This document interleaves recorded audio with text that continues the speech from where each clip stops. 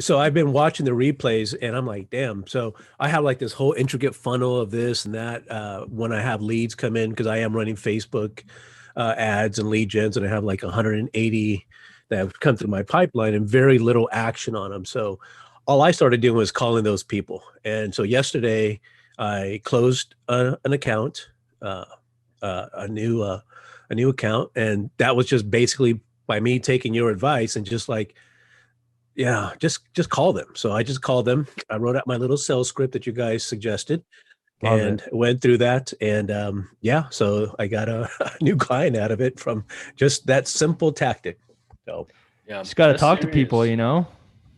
Yeah. it's we all get into marketing because it feels like you can just do it behind a screen, but we forget that it's still a human driven business, and really every business is human driven, whether it's your clients or your team.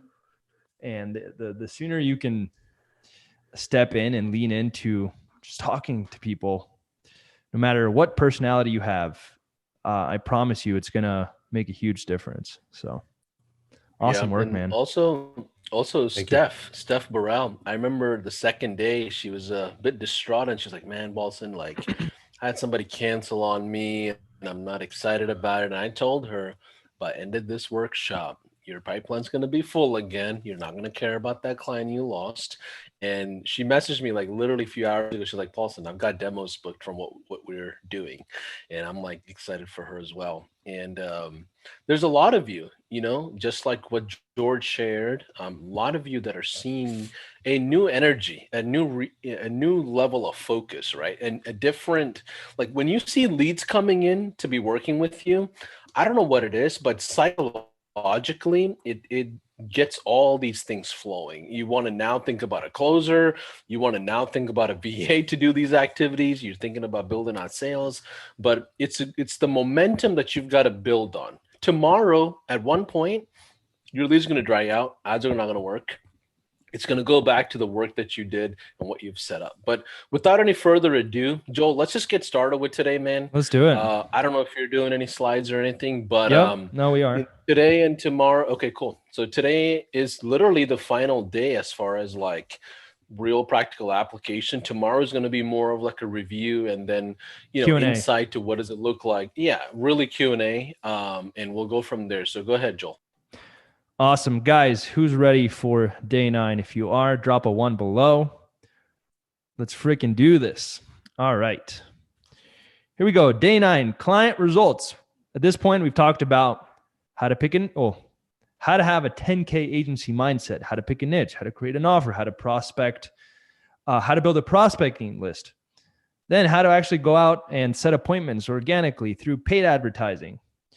Then we've talked about how to do the 2-step close. And finally, at this point, you should have a really good understanding of the whole agency model in terms of how to go out, how to get appointments, how to take them through a sales process to turn those appointments into actual clients. And now the moment a lot of you guys may have been waiting for, how do we actually go out and get them amazing results? So what are we going to cover? Since day 1, I've been telling you guys, I'm going to give you what you need to hear, not what you want to hear. And my job here is to really empower you guys to be able to think on your own, as opposed to having to rely on me for every little step of the way. So instead of me giving you all these proven ads and like templates to just plug and play, I really want to empower you in terms of understanding how to get clients amazing results and what goes into getting clients amazing results. So with that in mind, we're going to cover intent versus impulse advertising. Then I'm going to share some examples. Then I'm going to give you guys my 4 biggest client result hacks. Then I'm going to talk about what to do if you have 0 experience. Then I'm going to talk about where to learn how to get amazing results. Then we're going to talk about the biggest misconceptions about client results. And then I'm going to give you guys 3 bonus hacks. If that sounds good to you, drop 1 final round of 1s in the chat. And given that we only have 45 minutes, we're going to just jump right in. So first things first, who knows the difference between intent and impulse marketing? And I don't know if that's the technical word for it. That's just the one that I wrote down. Give me a show of hands if you know the difference. few of you guys. Cool. If you don't know the difference, we're going to cover it. So in terms of getting your clients results as a marketing agency, you guys have to keep in mind that there's essentially two types of clients. There's clients where you're getting them customers that have intent, and there's clients that you're getting customers for that have an impulse. It can also be a mix of both. So the question to ask yourself is this: when my clients get customers, are they hiring them because it's a need or is it a want? So for example, if your toilet breaks, do you need to get it fixed or do you want to get it fixed? If your car breaks down in the middle of the highway, are you getting this because you've been really wanting to get your car looked at, or do you need to get out of the highway and into a safe area where you're going to be out of harm's way? When you have a tree issue at your house where your tree is growing and it's growing to the point where if it falls, it's going to collapse on your roof, do you want to get it fixed or do you need to get it fixed? Obviously, for all of those, it's a need. You got to do it whether you want to or not. Whether you want to get your tree taken care of, you're going to have to do it. So if there's a need, it's more of an intent form of advertising because there's a clear intention. You don't have to create the desire. The desire is already there. The motivation is already there. We're not having to get someone excited about tree care. They just have to call the freaking company and get their tree removed, or they have to call the plumbing company and get their toilet fixed, or they have to call the emergency towing company and get your car towed. It's not a matter of you having the motivation to want to get your car towed. That who here has ever just wanted to get their car towed for fun? Who here has ever wanted to get their toilet fixed for fun? Okay, perfect. That's the point. You don't do it because you want to do it. It's because you need to do it. That's intent-based. Those are intent-based clients. Now, impulse-based clients. This is a want. Who has seen an ad for a $50 massage at a beautiful spa and is like, ooh, I want that? Or who has seen an ad for their entire kitchen being remodeled, some beautiful countertops, and you're like, ooh, I want that for my house? You don't need it. You want it. I've definitely ran ads for my chiropractor saying, hey, we offer a $21 adjustment. That is a want. It's like, ooh, I want to get adjusted. It's only $21. Let's do it. Or another example is if you have skin issues and you're a med spa and you have a skin treatment and you just want your skin to feel good and look good, that's a want. It's not a need. If you don't get it fixed, you're going to be fine. You're just maybe not going to be as confident. You're not going to feel as good. But that's a want, not a need. So that's impulse advertising. I'm pretty sure my wife's got this mixed up when we go shopping. Yeah? Just so you know, everything is a need. How do we fix this? How do we fix this? Tell her to show up to the workshops, you know? We'll drop some truth bombs, you know? We'll reset expectations. My account's going down. I don't know. I'm good on it. You just got to close more clients and then it won't matter. That's the truth, okay? So go focus on setting and closing appointments. There you go. Guys, who wants to volunteer to give me an example for an intent-based client where it's a need? Or drop it below. Drop it below. If you have some ideas for intent-based. Let's go with Stephanie. You were about to raise your hand, Stephanie.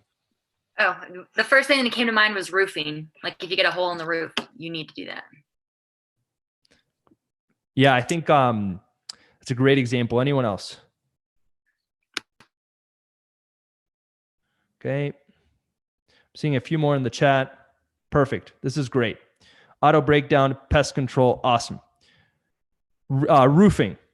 Roofing is a perfect example where it could be a mix of both. Like if your roof is old and you just want a nicer looking roof, it can be a want, but it's definitely also a need, right? Especially if there's been like a hailstorm, you got a hole in your roof.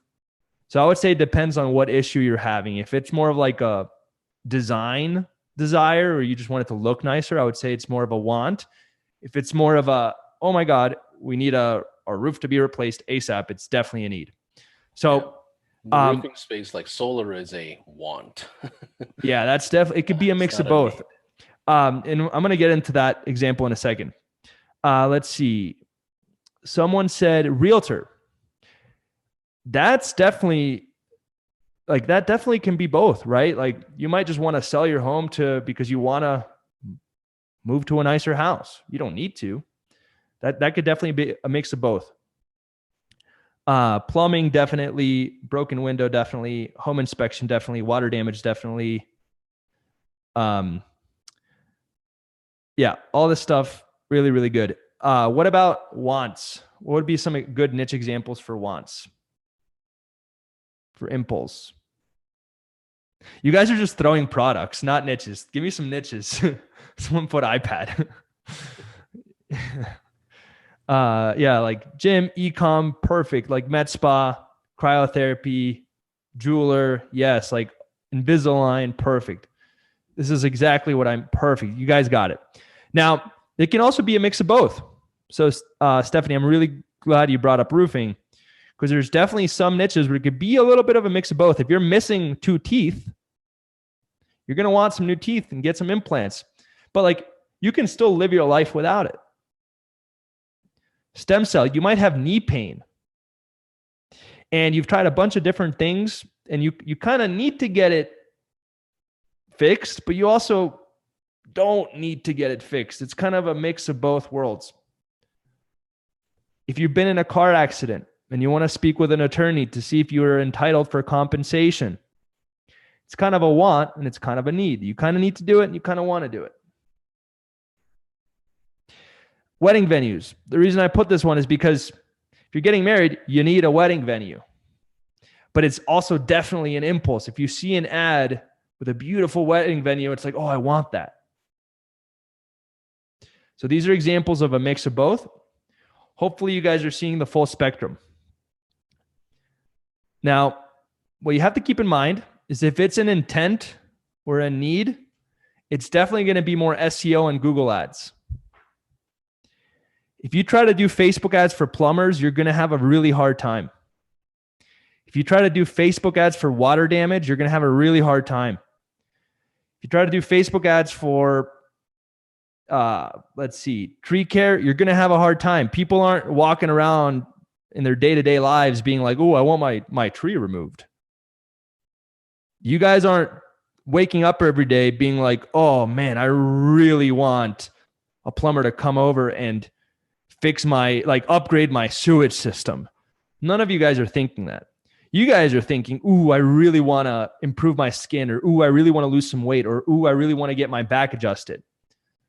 So if it's a need, you're going to have to rely more on SEO and Google ads.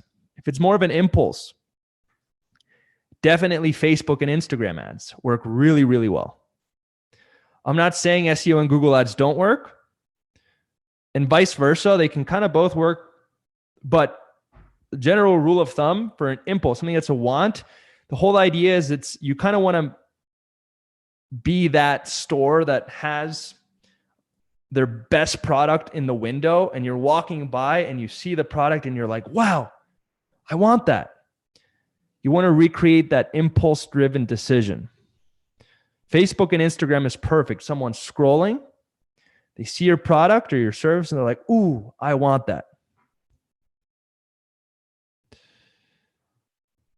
If it's a mix where it can kind of be a need or a want, like stem cell, for example, that could be both. Both can work. If you're like, hey, Denver residents, we've got a new procedure that helps you heal your knee pain without surgery. Click below to learn more. You could put that on Facebook. You could also do Google ads for knee pain treatments, Denver. So if it's has both intent and impulse, you kind of just have to pick your poison and figure out which platform you want. Now, here's a few examples. I literally just went in the ads library. I looked up CrossFit. This is not a very good ad, but it was late last night, and I just wanted to just put one example. Someone saying, hey, come in and get one free one-on-one session and get your post-quarantine fitness program started.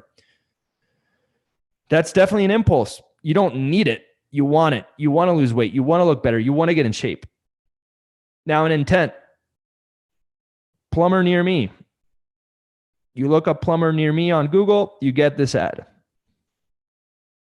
Here's an example of both, kind of a mix. If you look up Denver dentist, you'll see some Google ads because it's a clear, I need a dentist.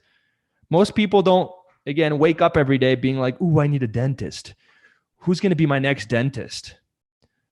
No one is thinking like that. So it's definitely a need. However, some of you guys are like, ooh, I would love to have my teeth be a little bit more straight or a little bit whiter. So it can also be an impulse. This is an Invisalign ad. Does that make sense, guys? Intent versus impulse. The problem is most of you, I'm not saying most of you guys, but there's definitely some of you guys that try to jump right into Google or Facebook before actually figuring out what is going to align with my clients and my niche. I built my agency off of an impulse-driven service. Chiropractic, for the most part, even though it does solve a pain point and it kind of can be a mix of both, most people see it as like, ooh, I just want to go and get an adjustment. This is the market speaking. It's not what I would like, and it's not what my clients would like. My clients would love if everyone thought chiropractic was like, was a way to help them heal long-term for the rest of their lives and be healthy. But most people aren't walking around thinking chiropractic is a long-term health and wellness methodology. They're seeing it as, ooh, I just want to feel good and get my back cracked. That's the reality of the market, and you can't change that. So I built my agency completely off of that. That being said, if I had a plumbing agency, I would have done Google and SEO. So with that in mind, now that you guys understand that, I think the biggest thing to keep in mind is knowing where your client is on that spectrum and then starting your strategies from there. Now, here's my biggest client result hacks. And this will help you kind of figure out where to go from here now that you know if it's intent or impulse. So if you're doing an impulse-driven ad, which is a want, I would follow the discount or free model. So for example, if you're advertising a med spa treatment, I would do a discounted med spa treatment because that's a want. If you're doing a chiropractic adjustment, I would do a discounted adjustment, or I would do a free chiropractic screening. If I was doing Invisalign, it's a want. I would be doing a free consultation or a discounted Invisalign treatment. That's a really easy hack to help you guys figure out what kind of offer to put out. The other huge hack, guys, is the Facebook ads library. So I don't know if you guys know this, but you can actually look at every single ad on Facebook that's live. If you go to facebook.com/ads/library, you can go through and look up Denver chiropractor. Okay. Then you could be like Denver chiropractic. Oh, look, some ads. Let me keep searching. And I just picked a random city. Oh, look, some ads. So you can get some really easy ideas by just picking a city name, This one's not running ads. Picking a city name and then putting your niche and then looking for businesses in that niche on the ads library and seeing what they're doing. CrossFit Miami. So when I look at these resources, guys, I look at the framework. I don't really care about copying word for word. I'm really trying to understand the psychology behind how they run these things. Yeah, exactly, guys. It's just to do some research on your niche. So you can keep search. Maybe gyms are going to be bad because a lot of them aren't running ads right now, but yeah, you guys get the point though. Ads library. The other huge hack for you guys is going to be Groupon. You guys can actually look for proven offers here. So for example, if I look up med spa, I can see all the different offers and the ones with the most ratings. Look, this one has 429 ratings. 1 or 2 eyelash lifts, 39% off. So $20 eyelash lift. I got my offer.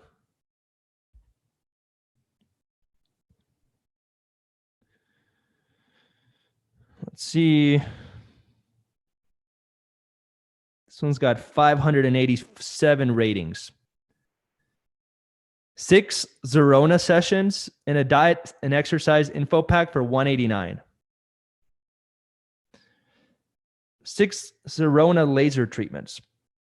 So then I could go here and be like, hey, Denver, we're doing something amazing to promote our brand new weight loss treatment and to help promote our office, our med spa office. Plus, everyone that signs up is also going to get an exercise and nutrition plan with our doctor on staff.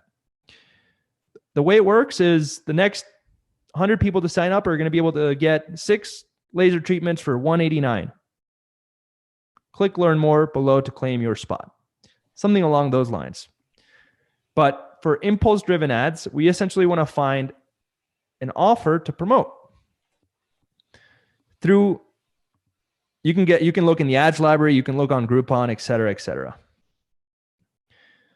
All right, here's my last hack for you guys. If you're doing more intent-based ads, you can actually go and look for all the keywords that your competitors are spending money on. So for example, Denver plumber.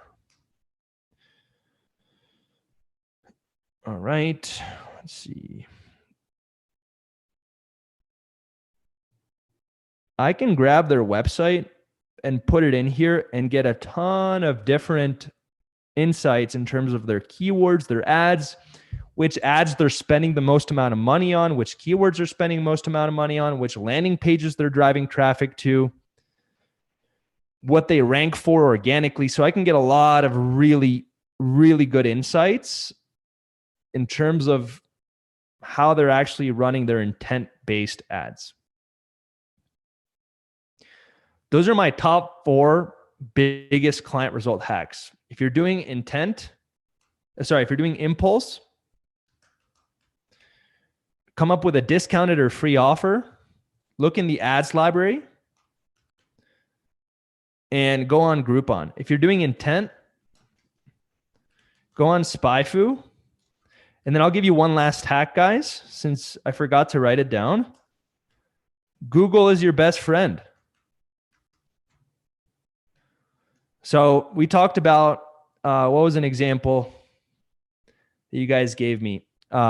Tree removal company near me. Okay, now I'm seeing all these ads.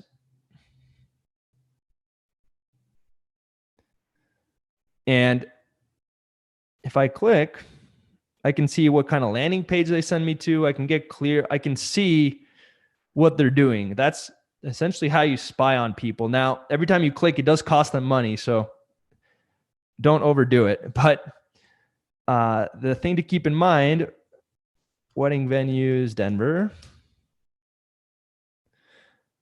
I can see who's advertising, who's bidding the highest, what kind of landing page they're sending to, et cetera, et cetera. So this is going to be your best friend in terms of figuring out what kind of ads to run and to get different ideas. For example, dental implants, Denver. I can kind of see the copy too, like same day dental implants. Maybe that's something that people care about. Can I add something here, Joel? Yeah. We had a guy that we closed. He was a plastic surgeon out in New Jersey somewhere. So you guys know that we have a sales department and we have sales agencies that, pound the waves for us. And we closed the guy for like almost $4,000 a month. He had 2 locations, brought him in. Our account managers are on a call with him.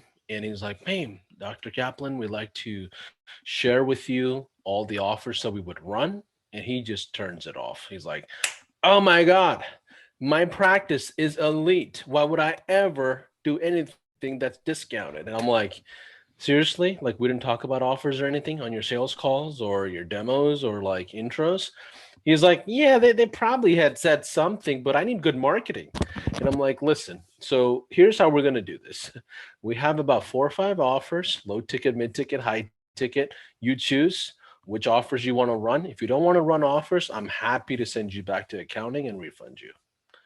Because in the middle of New Jersey, I am not wasting my time and my team's time on Facebook ads to get, high ticket procedures done. I know it's not going to sell, right? So don't sell and prospect from the place of like, oh, I need this client.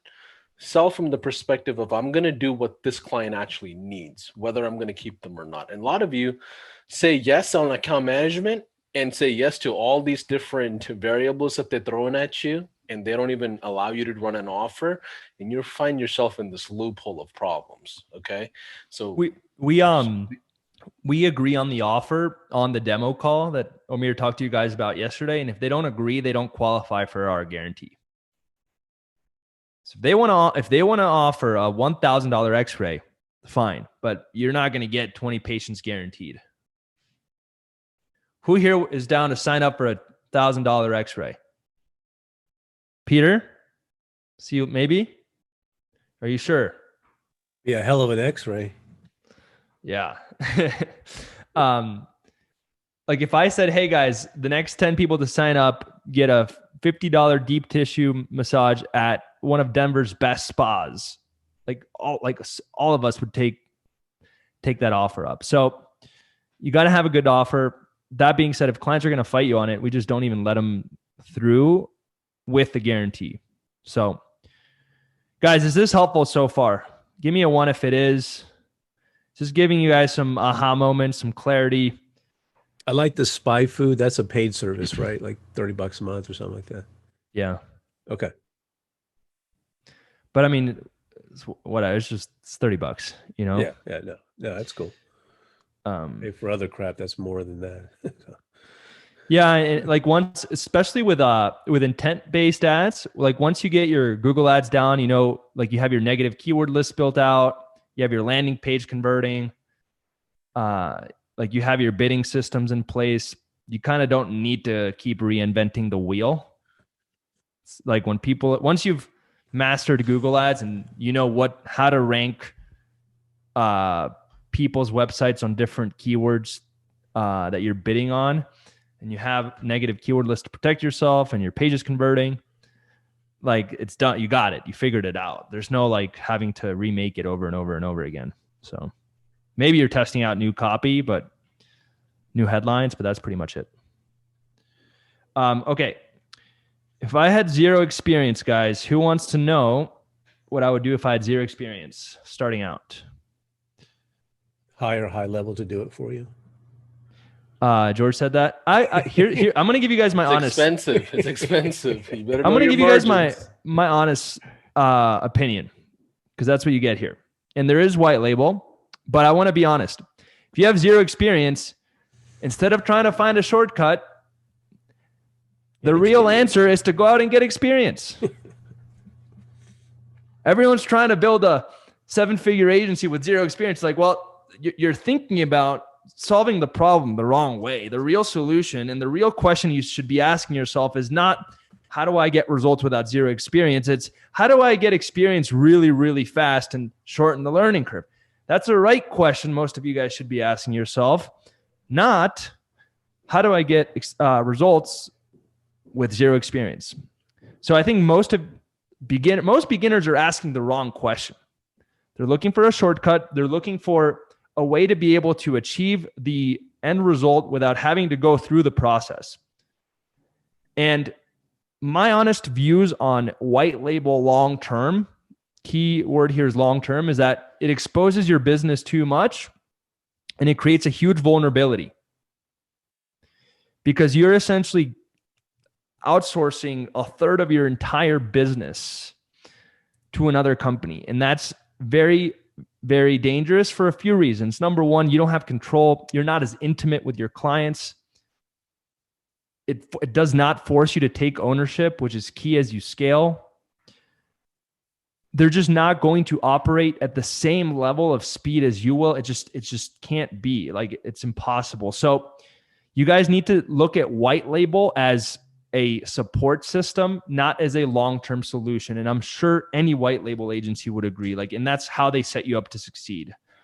100%, guys. Like most of the agencies that come to us through Marketplace, they're either switching a niche of some kind and they've got 50 clients ready to go in that niche and they haven't done anything, right? That's one way. Or they're like the branding agencies and creative guys that have never touched lead gen and they need somebody to kind of pave the way.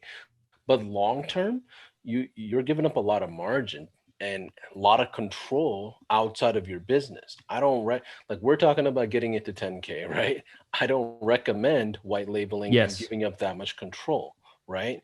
I want to work with every one of you, but not everybody qualifies for Marketplace. I promise you, so you got to be versatile in why you're going about it. If you already have a Facebook ads client and you know that Google ads is not in your wheelhouse, sure, that may make sense to just try that industry out for a second. And then you still should run your own Google ads in the long term, right? So it's really like a band-aid to a bigger issue when you go with white labeler, and you can go sideways really quickly and you don't have control, right? I'll be honest with you guys. We white label, we do, but additional services. So not our core service, not our core solution. You guys need to become experts in your one area of expertise. And you can definitely hire white labels, high levels white label company on Marketplace for SEO if your clients want SEO, or for getting some other additional service that your clients want that you're just not an expert in. But that's a different ballgame. We're talking increasing lifetime value, upselling your clients. We're not talking about having high level build your entire business forever, which is and I don't think they would recommend it either. I really think they all care about you guys. Yeah, because like let's say you're like Facebook ads agency and you don't want to take on this website project. Correct. That's not something you're scaling, right? Like that's a perfect option for any white labeler in high level, not just exactly us, not just us. Okay, we're US based, we're expensive.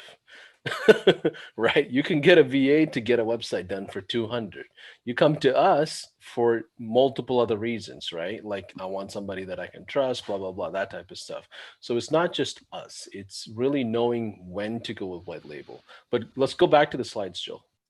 Yeah. And I think the whole point, guys, is everyone's looking for a shortcut in being able to get clients amazing results. And the reality is, instead of looking for that shortcut, you should be looking for the fastest way to cut down the learning curve.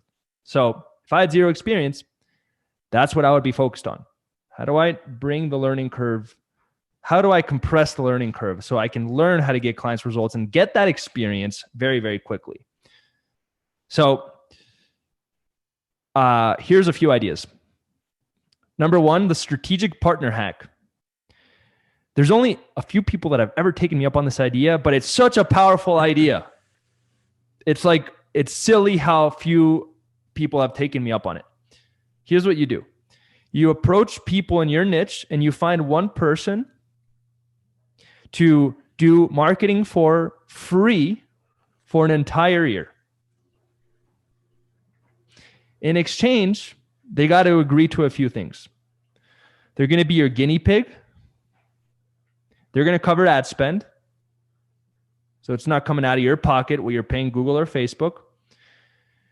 They're going to give you feedback quickly on what's working, what's not working, and help you develop the system with you.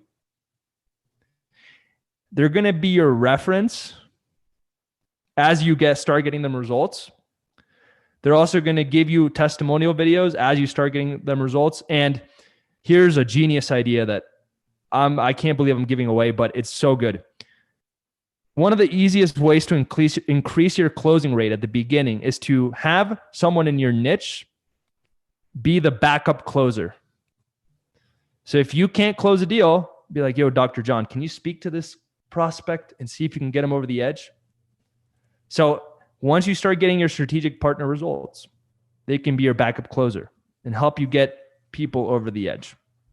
Now, this is one of the easiest ways to get a lot of experience because there's no risk. You're doing it for free. You can fail. You can fail quickly. You could try out new things. That's the whole point of the partnership. Dr. John gets free marketing. You get experience. You only have to do this with one person. This is how I started my dental agency, was 2 partnerships. One was with a doc who was a dentist, and he had like a small 500 member Facebook group. And I also partnered up with a strategic ad agency that already had experience, and they did fulfillment. I said, you know what? You guys keep 50%. I will close at high ticket. You guys do fulfillment for me, and my dentist would actually close. I literally infiltrated the entire dental agency on every freaking group there was, on every conference. I promise you, with this strategic partnership method. Yeah, it's really powerful, and most people don't do it, but a lot of people. So my next advice is to do free trials, like we've been talking about, doing like a week-long free trial. Those work really well to expose you to a lot of different people in your niche. The biggest downside is that you are not building a long-term relationship where you can test things out long-term and get constant feedback. The dynamic is different there. The dynamic is you going in and saying, hey, let me prove myself to you to earn your business, as opposed to going in and saying, hey, let's partner up. I'll do this for free to get the experience. So it doesn't really give you the experience you're looking for. It does work. You're just going to need a few trials to get the experience that you're looking for. And it's going to take a little bit longer time. But that's definitely a really solid way where they're paying for ad spend. And you're doing it for free for like a week or 2-week free trial. That way you can get some experience for a short period of time. Can I add something here? Because I see the comment that George just made. He said we do the free trial for 3 months. The intention on a trial is not to prove your quality. It's not. It's to prove the system. We call it conditional trials, right? We don't even call it free. We'll say, hey, yeah, and we're going 3 to work months with is you ridiculous. for 10. No, yeah. 3 months We'll is say, absolutely ridiculous. Like I would never do that for 3 months unless it's a strategic partner where the whole purpose was for them to help me build the system long term and have a very but in that case, I would make it a year long. So you have someone helping you nonstop for a whole year developing your system. So what I would say is even 1 month is too long. I would say free trial should be 1 week, weeks, maybe 2 2 weeks weeks max. Yeah. And I literally would say, hey guys, just so you know. And 1 week is 1 week is really like 3 days of going live, 4 days of setup and communication. Yeah. 2 weeks is really like 5 to 6 days of going live, the rest of the time communication. But you guys got to keep in mind the point. This is not a strategy to land clients. You guys are saying, Joel, how do I learn how to get results quickly with zero experience? This is a strategy to give you experience quickly. So you have to also shift the purpose and the mindset around why we do this. And then, Paulson, I know I'm moving kind of fast, but we got 10 minutes and I do have a hard cutoff today. Keep going. Also, guys, a few other strategies. If you have zero experience, you can partner with a white label company for the first few, but I would if possible, make an intention to essentially buy the system from them long term. So if you could find a white label partner that will also help you bring it in-house long term, I actually don't mind the white label strategy. For example, Nick and Brett, who are huge high level users, I know you know them, and they built their agency up over 100K a month now. They're in my program, and they had a white label partner for a long time, but the intention was always, hey, you're going to help us slowly bring it in-house. So that's one other strategy. And then the final strategy that I would give is you can also reach out to agencies and be like, hey, can I partner with you on the first few clients? But the whole idea is you're going to teach me, I'll give you 50%, or I'll give you the majority of the client's revenue. But in exchange, I want you to teach me and show me the way so that essentially I've cut down the learning curve. So if I had zero experience, this is how I would get experience very quickly. Now, I'm going to give you guys a few other tips. If you're looking to learn how to get results, definitely collaborate with other people in your niche. If you can build a little ecosystem of other roofing agencies or other chiro agencies or other e-com agencies where you help each other, it's going to shorten the learning curve. If you find someone that knows how to run chiropractor ads or knows how to run roofing ads, you can either pay them and buy the system from them, or you can see if you can do a trade. Like, guys, a lot of people here already know how to do client results. Find who those people are in your niche, and I promise you, if you pay them, they're probably more than likely to help.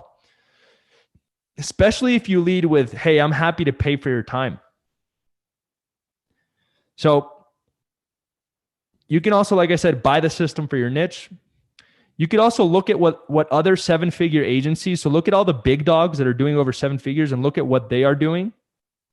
And then also, a lot of different groups and people oftentimes do $100 threads. And I've seen people from high level sell their entire roofing system or their entire chiro system for $100. You guys should just go and buy that system for $100 and just learn.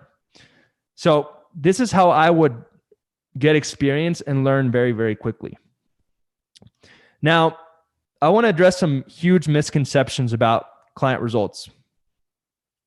It's definitely okay to get help at the beginning and outsource or partner with someone or learn from someone, but long-term, you must bring it in-house. Your core service, you need to bring it in-house, because if you're relying on someone else for a third of your business, as you scale, it becomes a bigger and bigger vulnerability, both financially and in terms of your operations. So I did want to throw that out there. I also want to say one of the other big misconceptions, the offer is king.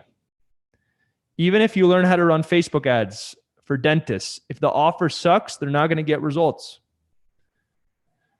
If you are running ads, even for a plumber, Google ads, if the offer sucks, you're not going to, like, for example, if the offer is, we'll be at your house within 1 hour, it doesn't have to be a discount. But if the offer, what you're offering them is valuable, they're going to get way better results. It doesn't have to be a discount. It could be same-day dental implant surgery. That's massive. Normally, dental implant surgery takes weeks. They're telling me I could walk in there and walk out in 1 day with a new tooth. So offer is king, guys. And last but not least, this is the most important point of all of today. If you've been kind of falling asleep a little bit, this is the moment that you need to pay attention. If your clients are bad at business, even if you have the greatest marketing system of all time, it's not going to fix it. A 10 to 10 marketing system does not equal 10 to 10 client results. One of the biggest lessons that I can share with you guys is when you're looking to improve your client results, most of you guys look within you. You're asking yourself, how can I build the next greatest nurturing sequence on high level for my clients? You're asking yourself, how can I make some crazy ad that's going to get way more leads? None of you guys are asking, how can I help my clients level up as business owners to actually leverage my system? Most of you guys actually have an 8 out of 10 marketing system. It's pretty solid. But most of your clients are at like a 2 out of 10 in terms of their skills. Yet you guys are trying to go from an 8 to a 9 in your marketing system to solve the problem instead of helping your clients go from 2 to 6 or 2 to 7. So I'm telling you, the greatest insight that I can give you in terms of the lessons I've learned when it comes to getting clients results is to level up your clients instead of leveling up your marketing. You can hand deliver. There's this guy in my program, guys, that was getting people to call in with already a pre-filled quote. They were given a quote, they were ready to pay, and the moving company was still butchering it. This guy generated phone calls where you talking about Graham? Yeah. Where the actual quote was already decided in terms of the cost. The guy was still butchering it. So you got to keep in mind, most business owners just aren't that talented. That's just the reality. Yet the way that we're solving client results most of the time is by just creating better and better marketing. But if they're really bad at lead nurturing and customer service, it might even make the problem worse. I've definitely sent clients more leads, and then it just creates an even worse experience. We actually, for a long period of time, we would limit the number of leads that our clients could get so that they actually could work through figuring out how to level up instead of just being overwhelmed. So this is kind of weird to think about, but most of you guys are too good for your own good. And instead of trying to be even better marketers, you should help your clients become better business owners. With that in mind, we got 2 minutes. So I want to give you guys my top 3 other hacks, bonus hacks to getting client results. Number 1, most of you guys are not doing a launch call to set expectations. If I were you, I would block off an hour with each new client. And at the beginning, I would personally meet with them. For the first 80 clients that we ever had, I met with each and every one, and I did a 1-hour call with them. And what I would do, guys, is figure out what are the biggest reasons why people succeed with your marketing? What are the biggest reasons why people fail? And what are the biggest issues that most clients have? And I would address all those things on a launch call. You can have a slide called How to Succeed. You can have a slide called How to Not Fail. Or why would you fail? And you could break down, here's why most people fail with our program, and here's how to avoid it. And then you can take any of the other issues that come up often, for example, lead quality. You can have a whole slide on lead quality. Let's say that one of the biggest reasons people fail is because they're bad at sales. And that's one of the issues that you keep having with clients. Have a whole slide on sales. If you guys can start off strong with clear expectations, it's going to buy you a lot of, you're going to get a lot of breathing room. It's going to give you a lot of space to actually work through helping them succeed with the system. Final 2 hacks. The ad spend hack. One of the easiest ways to get clients results is to get them to spend more money on advertising. Your management fee, unless you're doing e-com, should be pretty flat where it doesn't scale with ad spend. So one of the easiest ways to just immediately get your clients more results is to get them to spend more, since your fee is the same. Now, you would think that by spending more money on advertising, you would think that it's going to be harder for them to get an ROI. But what I realized is that the numbers are actually in your favor.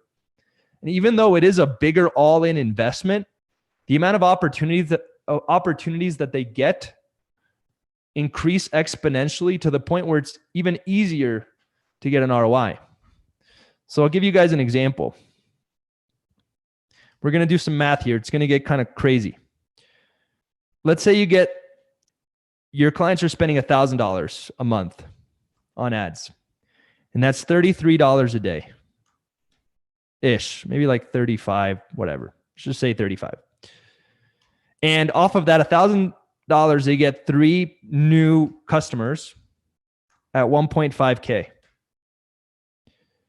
3 times 1.5 is $4,500. So that's how much they walk away with. If you're charging them $1,500 for your services, let me just make this smaller. If you're charging them $1,500 for your services and there was $1,000 in ad spend, they walk away with $2,000. Does that make sense? Is my math good there? Paulson, help me out. I think you have an MBA. Yeah, I mean, the point here is to be agile and versatile in how you field issues, right? Like when there's a sales problem, you as the agency guys, you better be the first one to address problems. And that's the biggest hack in account management. Be the first one to address a problem, right? It's like plaintiff versus defendant. Don't be the person that has to explain things. Be the person that addresses it. And then what happens? You get in front of it and you can come in and with these tactics that Joel's sharing, hey, here's what the marketing budget is looking like based on results. Here's my solution. My prescription for your practice or your business is that we spend another $1,200 on Facebook. Right? Fielding it before this all goes down is going to be the key of when. That's the key to account management. What's interesting, look, guys, if we follow the same closing rate based on ad spend, and we up it from $35 a day to $100 a day, they're essentially getting 9 new customers at 1.5K, which is $13,500, minus $1,500 for your services, minus $3,000 in ad spend. They actually walk away, I believe it's with $9,000. I don't know if the math is exact, but you guys get the point. Someone should double check this, but for the most part, the whole point is you walk away with a lot more money when you increase ad spend because you are double or tripling the opportunity for them to succeed without raising your management fee. This stays flat. So, and this applies for your own ads too. If you spend 3 times as much, your chances of success will exponentially grow.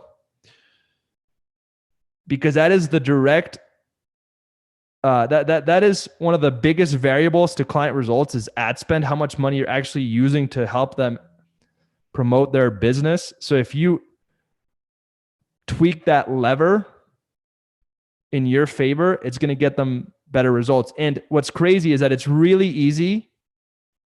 It's really easy to convince a client to go from $33 a day in ad spend to $100 a day in ad spend. That's not a crazy jump. Getting someone to go paying you $1,500 to $2,500 is a big jump, but getting them to spend more on ad spend that goes straight to Facebook or straight to Google is not a big jump. So it's an easy sell and a very easy hack for you guys to get great results.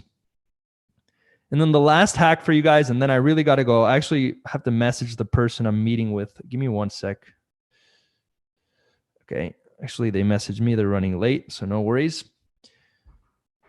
The last hack that I have for you guys to get really, really good results for people is to start off strong.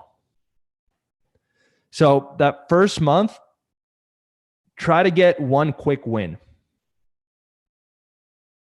We personally run a Google review campaign first month. because then they're like, oh my God, you got me so many Google reviews. And even if the ads are not converting just yet, they love you. So if I were you guys, I would figure out a way to get your clients one quick win month one, or a few quick wins. Maybe you help them implement a referral program. Maybe you help them do a Google review campaign. Maybe you do a massive blast on high level to their list. Maybe you surprise them with a new website. I don't know. It's up to you guys. The whole point is to start off strong with a quick win to immediately get them on your side. And that's pretty much it for today, guys. So hopefully that gave you guys some clarity in terms of client results, what to focus on, how to think about it, how to essentially go from here. And I think that wraps up day 9. Thank you, brother. That was great. I have 4 minutes because the person was late. So can I ask a quick question? Yeah. Raise your hands, guys, and we'll go through all the questions after George. Okay. So go ahead and raise your hands. Go. This is more of a sales call. Is that okay if I ask that question? Okay. So when I started making all my calls, I would get a lot, because I've been going back through my opt-ins. I would get a lot of voicemail. So should I go ahead and leave a voicemail? I have a better question for you. Do you think you're overthinking it a little bit? Not really. I'm leaving a voicemail. The point is, I don't think it matters. Like, just call more people. Okay. Yeah. All right. That's what I've been doing. That's what I've been doing. I just doing 2 hours a day, calling everybody. Yeah, there you go. That's the important piece. Like, don't worry too much about voicemail, no voicemail. Like, it's just, all right. Yeah. Got you, homie. Thank you. Just want you to stay focused on the right things. That's all. It's all love. Let's go with Justin Pena. Hey, my question was, what do you say to a client when you're trying to convince them to spend more or like invest more in ad spend? Yeah. If you want to mute yourself, just because there's some back. Yeah, there you go. Great question. Here's what we say. On average, our clients spend about $100 a day on ad spend. Our highest performing clients actually bump it up to about $150, $200 a day. We do require at least $50 a day. But like I said, somewhere around the middle is like $100 a day. What would you prefer? So you're anchoring the ad spend to be pretty high. Worst case, you're going to walk away with 50 a day. That's how we've started doing it. And we make it mandatory for them to spend a certain amount. Also, Justin, key to that scenario is who's recommending, right? You being in front of it and telling them that you need to increase the ad spend is different than them complaining, and then you're coming into trying to solve the problem with more expenses. So the key is to get in front of the problem in account management, right? And just say, hey guys, just a heads up, I see that you guys are not converting. Here's what our fellow clients are doing. Be the first one to address that problem, not the second. I would also go over this on the close, not like I would try to get as much ad spend from day one. And it doesn't have to be a huge jump, guys, but even going from $15 a day to $30 a day is massive. Doesn't sound like a lot, but it is over time. Let's say that's an extra. It's double the ad spend. It's about an extra $6,000 a year in ad spend. Yeah. Let's go with Christian. Sweet. While on this call, I got an email that someone went through my lead form. So I was like, sick. First appointment booked for tomorrow. Oh, hell yeah. And that's from your ads, right? Yeah, from my ads. Nice. Thank you for launching. Thank you for teaching you guys, honestly. So that being said, I actually have absolutely no idea what to do tomorrow on this call. So I don't have the slide deck thing. So what would be 3 main things to touch on this call to at least get feedback or move it in the direction I want to, which is a close? What would you? Have you checked out the last 2 days trainings? Yes, the intro call thing, the intro and then the demo. But what they did is they actually booked into the calendar for 45 minutes. So would you still do an intro Yeah, follow the same exact process no matter what. and then rebook an appointment? Yep. Okay. You could even get in front of the if their booking is like for, let's say, Friday, and they never signed up for an intro, we fill that intro before the booking, like a day Correct. in advance. That's the right move would have been for you to call them immediately and take the intro call right then and there. And just that's like an advanced hack, but same process. I don't care if it's a referral. I don't care if it's someone being like, yo, I want to sign up. I'm ready to go. They go through the same exact sales process. And any single time I've questioned that, it doesn't work out. I've had people be like, yo, Joel, I'm ready to invest. How do I sign up? The way you sign up, let's schedule a quick 15-minute call, see if there's a good fit. You know, like I take them through the exact same sales process every single time. Solid. All right, I got it. Yeah. So Huria? I would check out those last 2 days and just model that process and then do an intro call first. So I just want to quickly know, like in my niche, real estate, I want to just sub niche it towards, like right now I've been doing Facebook ads for buyers, first time home buyers. So can I start from there? Because I have no experience for listing a property. I didn't run that ads. But if I just want to start from what I know and I've been doing from last 8-9 months. So what do you say, sub niching within a niche? Yeah, that's a great question. And you just reminded me. This is fantastic that you reminded me. I completely forgot to touch on survey ads. I cannot believe that I forgot to touch on this, but we all make mistakes here, guys. If you are in mortgage, real estate, maybe some legal niches, you're going to essentially run survey ads where you're telling people, hey, fill out this survey to see if you qualify for a loan or see if you qualify for compensation because you got in a car accident. So I would say there's the intent, impulse, and info-driven ads where they're just, you're getting them through a process to get more information and see if they qualify. So I did want to throw that out there. It's really just for a few niches like insurance, real estate, some attorney niches. Paulson, what were you going to say? Got it. No. I think we're good. Huria, the key is to sub niche down. If you could, in a big industry like real estate, there's enough audience to sub niche down. But if you're like, let's say, kitchen remodeling, and you're going to be the sink guy versus the oven guy, no, that is too sub niche down out in the waters by yourself, right? Yeah. So it is I just don't important. want to overwhelm myself. I have follow-up for home buyers and everything written, but not for sellers and pre-construction. I don't have things ready for that. So instead of waiting, I can just launch my Very few people have cracked the code on seller campaigns. The way that I've seen most people in real estate do is they just set up buyers campaigns, and sometimes they'll still attract sellers, but they just do buyers. Yeah. I mean, as a homeowner, right? You're just like, I've sold at least 3 houses, and I'm like, yo, I'm just gonna call the same realtor that I used to buy that house. They're gonna just sell it for me. I did listing ad where buyers ad were doing well, but we listed a property was 1.5 million. I spent around $2,000 on advertising. I didn't get good response, so I just kind of discourage on that side to try that. Maybe when I have so much money, I will check that out. But buying side is good. Running that. Yeah. Let's go with guys. I do have to run. I'll see you guys tomorrow. Appreciate you all very, very much. All right, Joel. Have a great one. I'll catch up with you. Bye. All right, man. Braden, let's go with your question, buddy.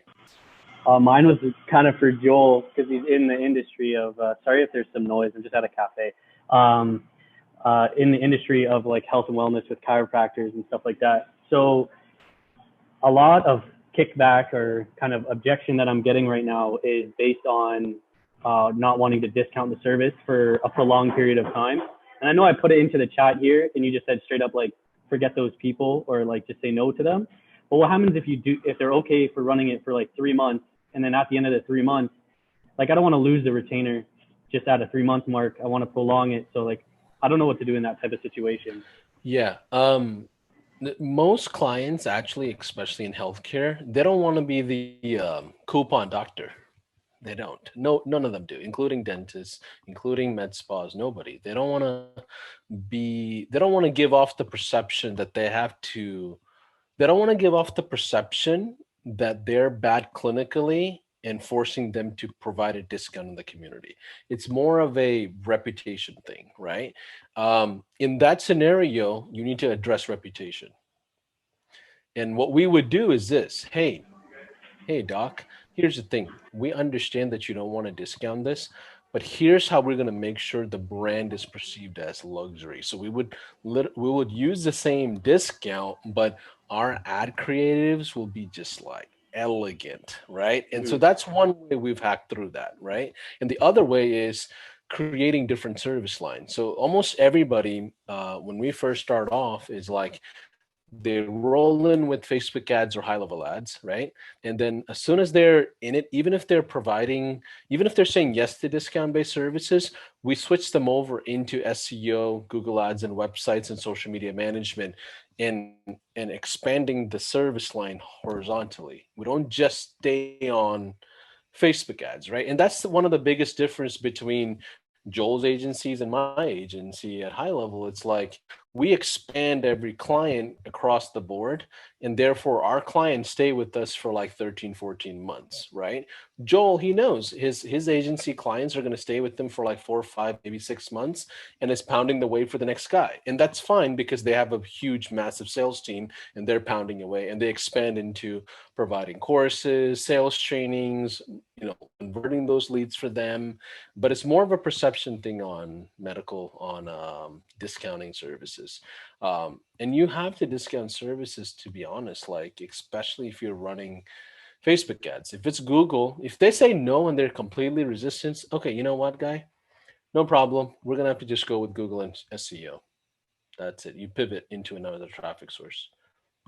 Okay, I appreciate that. Thank you. Yeah. And if you cannot pivot, then it's not worth running ads that you know it's not going to be effective. That's why I mean it's better to walk away now to close them later when you have those services. That's I'd rather not give them a bad experience versus win them back later. Okay, cool. Thank you. Yep. Let's go with Ron Nemeth.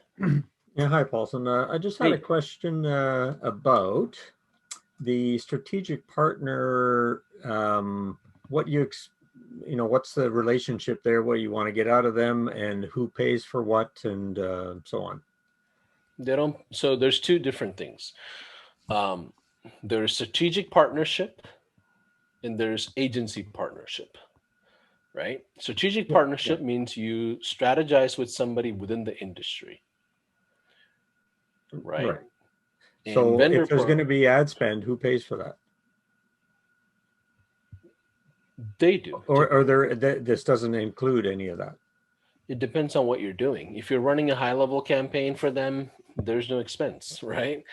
You can just run it up on a list and run a text campaign, and that's what they get. So it depends on what you want to do. One of the best ways, some of you that are in here, how many of you guys are in the dental industry? I'm able to give you guys a lot of examples from dental because I had my own dental agency before I came over to high level. And this is how I scaled my dental was so, what is the word? It was so resistive of marketers in general, even like 4 years ago when I was in there, right? They just don't like marketers, no matter how we cook it, no matter what we do. So my best way to break into the industry was through strategic partnership. The very first client, one of the very first clients I had, his name was Greg May. If you look him up in Mattery, Louisiana, he still runs his practice there. And Dr. Greg would call me, hey, Paulson, I need somebody to run some ads. I'm like, yeah, no problem. I'll just take care of it. But here's what I expect. Can you send me about 5 introductions this week? It was conditional. I needed something back from you for me to do this, right? And he would do that. I expanded into dentistry just single-handedly through him. right? And it was worth it. And I never asked him to. Back then, high level didn't exist. I was, zapping away a bunch of active campaign and Infusionsoft campaigns, to be honest with you guys. Like there was no operating system like high level. So it wasn't that easy. I had to do a lot of work to make this happen, but it was worth it because when you have a lead that comes in from a referral, it's easier to close, and they're typically easier to close at high ticket. So instead of me charging 1,500, right, I would charge the referrals 2,000 or 2,500. So you are pretty Right. tech savvy, hey? Me? Oh, I know what I'm doing. I can run anybody into the ground on some ads for sure. But my persona that I'm building is I'm not the techie guy in high level. I don't want to deal with any support calls, to be honest. But I know my stuff, right? But going back to your question, Ron, the whole point is not about who's covering ad spend, what it is. It's more about how creative you get. Hey, listen, let's say you don't want to spend the money yourself, you can say, hey, listen, you cover the marketing expenses, I'll just waive the management fee altogether, right? And it's Right, important that you don't go to a client who is not established in the industry. Any client does not qualify for a strategic partnership. They Yeah, need the to have point of the account- partnership is for you to get the experience, right? So it's like in addition to the leads that they will provide. right. So it's an enhanced free trial, I guess. Really, right? It's a Well, yes as well. It's you get experience, but I never. Here's one difference I had with what Joel said. I never entertained like a strategic partnership until I was confident that I can deliver results. After first like 5-6 clients is when I kind of cornered somebody and I said, hey, I can deliver results. Right? Because I don't want to strategically partner with somebody and not deliver results. So I waited for like the first couple of clients and I knew I was going to pound it. And that's when I said, hey, I can get you 20 implants. Can you close like at least $60,000 next week? He's like, yeah, let's do it. And he covered all the ad spend. Right? okay. The only other question is, would you ever run a survey ad to your niche to get information about your niche, or would it only be for customer-facing ads? Yeah, customer facing ads. There's no point in spending that much money to research. So just do it like in an email blast or something like that, if you wanted to do a survey, right? Yeah, I mean, how much data do you need to get started, right? Let's say you're going after industry. I don't need to talk to more than 2-3 people. I'm just going to pick up the phone and be like, hey man, I saw that you're established in the industry, want to just buy you lunch. I used to order lunches for dental practices all day long. Hey, I just want to just spend time with you and understand you. After I've closed the clients, I would actually fly into these locations and spend my day with them. I would just literally fly in and say, hey, I'm going to spend my day with you. I'm your freaking marketer for the next 2 years. I'm going to understand this practice. And then literally pretty soon I'm outsourcing SEO, Google ads, and I'm running Facebook ads by myself, charging them $4,000 or $5,000 a month. Right. Right. So that's how I got research done, is actually learning after the close. Before the close, running surveys, yeah, you can do it, but I mean, that's quite expensive. For you to get a survey lead, it's going to cost you $200-$300. It's not that easy. If it were an ad, I guess, right? Correct. If it's an accurate, completely filled out survey. Yeah. Yeah. Fair enough. Great. Thanks. Let's go back to Justin. And if any of you have questions, we've got a lot of time, guys. Tomorrow's the last day, so get all your questions out, okay? I'm going to stay on till about another 30 minutes, and we'll go through all the questions as we possibly can. Let's go to Justin. So we're running impulse-based ads on Facebook, and I was wondering at what point, when do you think is a good time to transition them into other services like Google Ads or SEO? If you're running impulse-based ads, you're supposed to run social ads for impulse, not intent, right? Intent is going to be on search. The problem with you jumping into search is more expensive, right? So the good thing about social ads is more cost-effective, lower quality, right? So if they suck at sales, I'm going to go right into Google Ads and say, hey, you're going to get less leads, but it's going to be more qualitative. You should be able to close them, right? Outside of that, I wouldn't make a change. Gotcha. Okay, so right now we're doing it based on ad spend budget. So if they're spending at least 2,500 a month in ad spend, then we'll divide 1,500 onto Google and 1,000 onto Facebook. Is that would you recommend doing that, or is that? I don't think there's a need for it. I don't think there's a need for it. If you get enough good quality, decent leads from Facebook, you don't have to have multiple streams of traffic running. Now, if you're setting up retargeting, sure, great, right? That's not bad. If you're doing high level ads, sure, not bad, right? But your primary traffic is going to probably be more cost effective on social ads. If you run Google Ads, great. If they can handle the volume, they have good salespeople, sure, run it up, right? But it's the cost effective need is going to be on social, especially in your industry, not because I know your industry. Gotcha. Thanks. Yeah, that makes sense. Yeah. Let's go with Brett Bowden. Hey, thanks, Paulson. Hey. My question goes back to a few days ago where you guys were recommending different profiles and different, I knew we had different email addresses for outreach, but do we need a Facebook page for our agency and each one of those has a niche or just speaks to the niche? So unfortunately, I'm in 2 niches. So do I need 2 profile pages, 2 link, whether that's LinkedIn, Facebook, Instagram, etc.? Yeah. What's stopping you from niching down into one niche?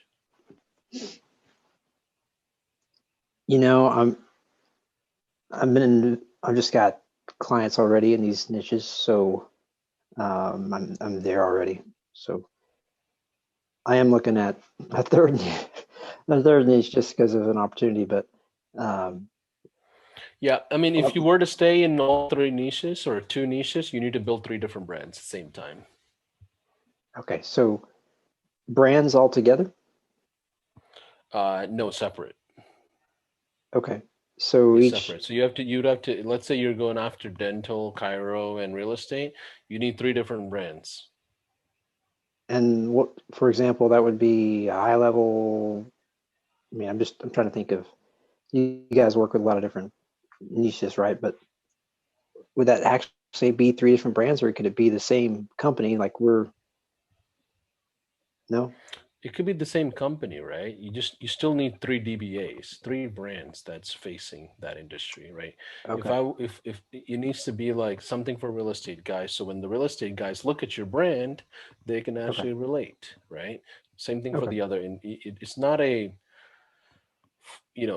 I'm not talking about how many LLCs you have or anything like that. Brand facing, they need to understand that it's something that they can relate to. This is why we don't recommend traditional agencies. Like if you are in it, sure, great, but it's really hard to scale. And I mean, the high level agency was really hard to scale. The amount of pressure and strain that it put on so many different families in house, it's quite a bit. Everybody was doing 16-hour days for years, right? And Joel did it the other way. He said, you know what, I'm just going to do $21 appointments for chiros and $200 consults for wellness plans and nothing else, and I'm just going to work with chiros. And his team's got the ability to go home at 5 o'clock and not deal with any headaches. That's why I'm telling you to niche down, not just from a sales perspective, but on a operations perspective as well.